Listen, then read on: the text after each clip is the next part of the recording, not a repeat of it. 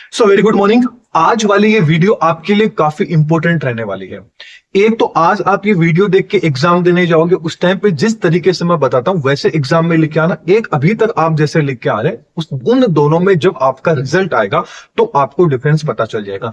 यदि आज मैं जिस तरीके से आपको जो जो 5-6 स्टेप बताने वाला हूं, वो स्टेप जैसा का जैसा आप एग्जाम में अप्लाई करते हैं, तो मैं 100% आपको ये बोलता हूं कि आपके 10 से 15 नंबर अभी तक जो आपने एग्जाम दिए ना, उसके कंपेरिजन में, चाहे आपने जितना उस टाइम पढ़ा था उसी उतना ही आप अभी पढ़ रहे हैं, लेकिन जिस तरीके से मैं आपको जो बताऊंगा वैसे आप वो स्टेप फॉलो कर लेते हैं एग्जाम में, तो आपके 10 से 15 नंबर इजीली आपको बड़े हुए मिलेंगे बिना किसी मेहनत के। क्योंकि कुछ एक तरीका ऐसा होता है, एक तो देखिए वो होता है एक तो देख लीजिए जो गधा होता है उसको कितना ही काम करा लीजिए वो हो गया। एक होता है स्मार्ट स्टडी या एक स्मार्ट लिखने का तरीका, जिससे क्या होता है नंबर इंक्रीज हो जाते हैं। वो कौन सी स्मार्ट आपकी स्टडी रहेगी, कौन सा वो स्मार्ट तरीका रहेगा जिससे आप एग्जाम में लिखे आओगे तो आपको अच्छे नंबर है वो मिलेंगे। देखिए उन्हीं स्टेप की मैं बात कर रहा हूं, तो सबसे पहले नंबर की मैं स्टेप की बात करूंगा।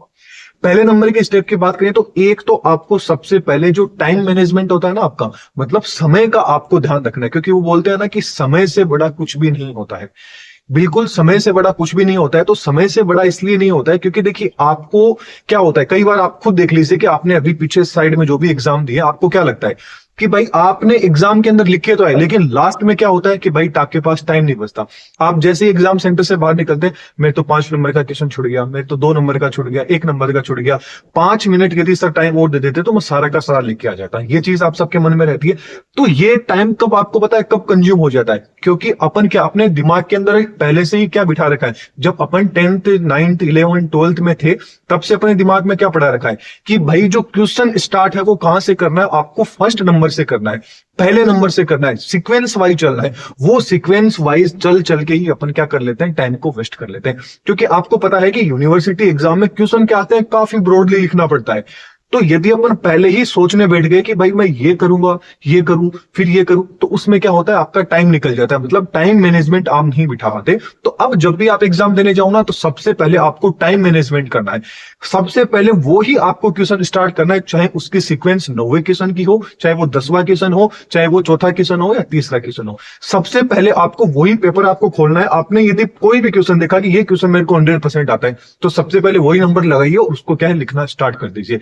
इससे क्या होगा, पहले वो क्वेश्चन कीजिए, फिर धीरे धीरे धीरे लास्ट में आपको वो क्वेश्चन करना है जिसमें आपको सोचना पड़े, सोच के लिखना पड़े, बना के लिखना पड़े। वो क्वेश्चन आपको कब करना है, लास्ट में करना है। यदि पहले क्वेश्चन में ही बना बना के लिखने लग गए तो टाइम तो क्या है वहीं चला जाएगा। तो पहली चीज तो टाइम मैनेजमेंट आपको ध्यान रखना है। दूसरी चीज होती है जो लिखने का जो तरीका होता है ना, वो भी बहुत ज्यादा मायने रखता है। कैसे रखता है देखिए, बात करते हैं। मायने की बात करें तो सपोज कीजिए कि आपने कोई भी क्वेश्चन है उसको स्टार्ट किया। क्वेश्चन आपने मतलब फॉर एग्जांपल अपन ले लेते हैं, आपने चौथा क्वेश्चन सबसे पहले स्टार्ट किया, आपको बिल्कुल सही तरीके से आता है, टाइम मैनेजमेंट करना आपने सीख लिया। तो आपने जो भी क्वेश्चन आपने सबसे पहले लिखा है, उसको लिखने का जो तरीका है, उसकी जो फॉन्ट साइज होगी, किस तरीके से उसको लिखा है, सबसे पहले आपको याद रखना। अपन 12th क्लास तक थे, जहां तक भी अपन ने पढ़ा है वहां तक अपन ने कलरफुल पेन, जो आपके कलरफुल पेन होते हैं उसका यूज नहीं किया। लेकिन जो कॉलेज में जब आप आ जाते हो ना, तो आप कलरफुल पेन जो होते हैं उनका यूज कीजिएगा। याद कीजिए, रेड कलर और ग्रीन कलर, इन दोनों का यूज नहीं करना है। इसके अलावा आप कोई सा भी पेन है उसका क्या कर सकते हैं, इस्तेमाल कर सकते हैं। तो मेरा ओपिनियन यही रहेगा, ब्लैक पेन रहेगा और आपका जो ब्लू पेन है, इन दो से आप काम चला सकते हैं। एक्स्ट्रा यदि आपको रखना है तो आप रख लीजिए। जो मेन जो आपकी हेडिंग रहती है ना, जो आपका पूरा का पूरा जो टाइटल रहता है जिसको अपन बोलते हैं, उसको एकदम काले कलर से गहरे कलर के अंदर लिखिए। बीच बीच में यदि कोई पॉइंट आ जाते हैं ना, उन पॉइंट को थोड़ा सा हाईलाइट कीजिए, ब्लैक पेन ब्लू पेन ऐसा मिक्स करके रखिए। या कोई तीसरा पेन यूज करते हैं तो उसका यूज करके आप बीच बीच में रखिए। और कोई भी आंसर, यदि सपोज कीजिए कि कोई भी आंसर है उसको आपने कंप्लीट कर लिया, उसके बाद में 3 से 4 लाइन है उसको छोड़िए, फिर नया क्वेश्चन स्टार्ट कीजिए।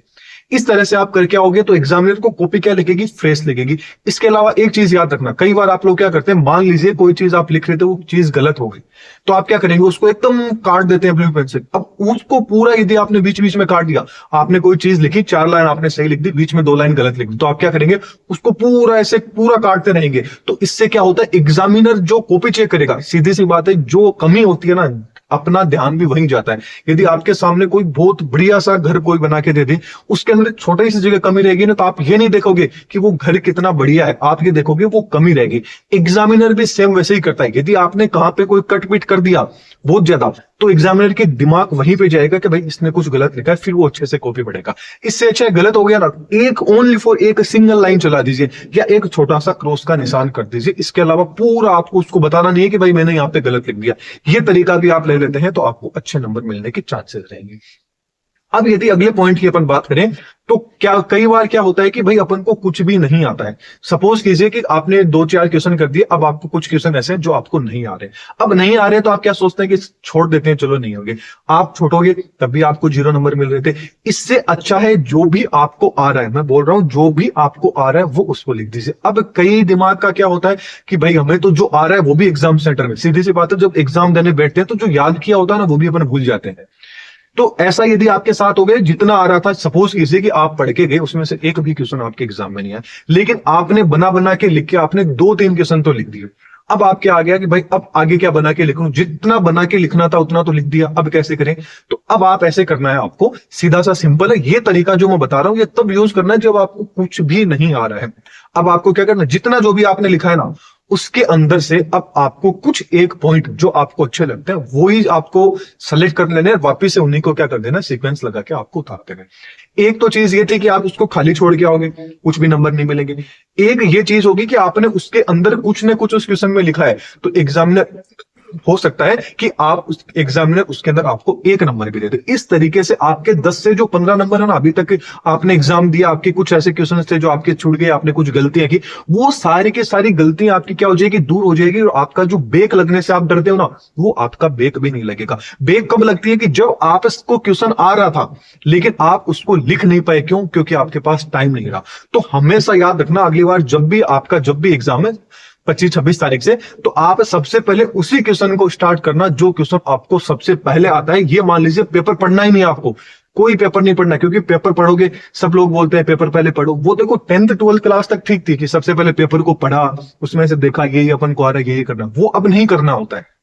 जो क्वेश्चन आपने देखा उसका आंसर आप लिखना स्टार्ट कर दीजिए, क्योंकि पेपर पढ़ोगे 15 मिनट ऐसे निकल जाएंगे, फिर कुछ ऐसे क्वेश्चंस आपको मिलेंगे जो आपने कभी नाम ही नहीं सुने, तो दिमाग और ज्यादा खराब होगा। तो दिमाग खराब होगा तो जो चीज आपको आती है ना वो भी आप चीज भूल जाओगे। इससे अच्छा है जो क्वेश्चन आपको दिख गया उसका आंसर जल्दी से लिख दीजिए, ताकि जो पढ़ा हुआ है उसको आपने उतार दिया, मतलब आपने अपना क्या दे दिया, बेस्ट दे दिया। क्योंकि first impression is the last impression, ये चीज सुनी होगी। तो एग्जाम के अंदर हमेशा वही क्वेश्चन स्टार्ट करो जो पढ़ते ही एग्जामिनर खुश हो जाए। यदि पहला क्वेश्चन आपका एकदम अच्छा रहेगा, आपने अच्छे से उसको एक्सप्लेन किया, अच्छे से आपने लिखा है, कोई कटपट नहीं किया है, आपने एकदम ब्लैक पेन के अंदर, ब्लू पेन के अंदर एकदम अच्छे से आपने उसको डेकोरेट करके दे दिया। पहला ही क्वेश्चन, पूरे पेपर में से एक ही क्वेश्चन आ रखा था, उसके अंदर ही आप अपना 100% दे दीजिए। मैं आपको बोलता हूं एग्जामिनर जो अगला आपका क्वेश्चन रहेगा उसको इतना लाइटली पढ़ेगा, मतलब इतना नहीं पढ़ेगा जितना उसने फर्स्ट पढ़ा है, क्योंकि उसने फर्स्ट पेपर के पेज के अंदर ही आपको देख लिया। क्योंकि वो ये है कि एग्जामिनर है, उसके बाल सीधी बात है सफेद है, वो इसी कॉपी चेक चक्कर करके उसके बाल है वो सफेद हुए हैं। ऐसे नहीं है कि वो धूप में बैठा है इसलिए उसके बाल सफेद हो गए, नहीं।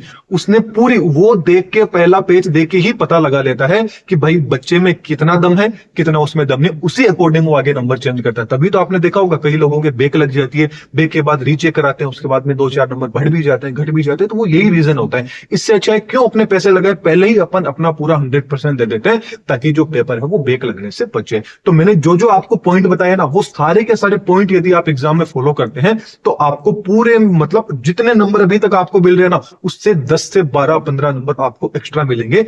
और नहीं मिले तो आप मेरे को बता देना, क्योंकि मैं तो आप सबके सामने इसी चैनल के ऊपर हूं। तो आप मेरे को कमेंट करके बता देना अभी तक आपका जो एक्सपीरियंस है, वो एक्सपीरियंस भी यदि आप साझा करना चाहते हैं तो कमेंट बॉक्स के अंदर मेरे को बताइए कि क्या जो चीज मैंने बताई है, क्या वो चीज वो सही है या नहीं है। आप अपना ओपिनियन दे सकते हैं, जो भी ओपिनियन है। और कोई आपके सवाल रहते हैं तो आप कमेंट बॉक्स में बताइए, हर एक कमेंट का आपको पर्सनली रिप्लाई है वो मिलेगा। यदि नहीं मिल पाता है तो पर्टिकुलर जो कोई वीडियो, कोई ऐसा टॉपिक मिल गया जिसकी वीडियो बनानी चाहिए, काफी लोगों को कोई डाउट रहता है, तो वो डाउट में अपन क्या कर देंगे, अगली वीडियो में सॉल्व कर लेंगे। तो एग्जाम के लिए आप सबको बेस्ट ऑफ लक। और जो भी चीज मैंने बताई है ना, इसके ऊपर एक बार फोकस जरूर कीजिएगा। Thank you.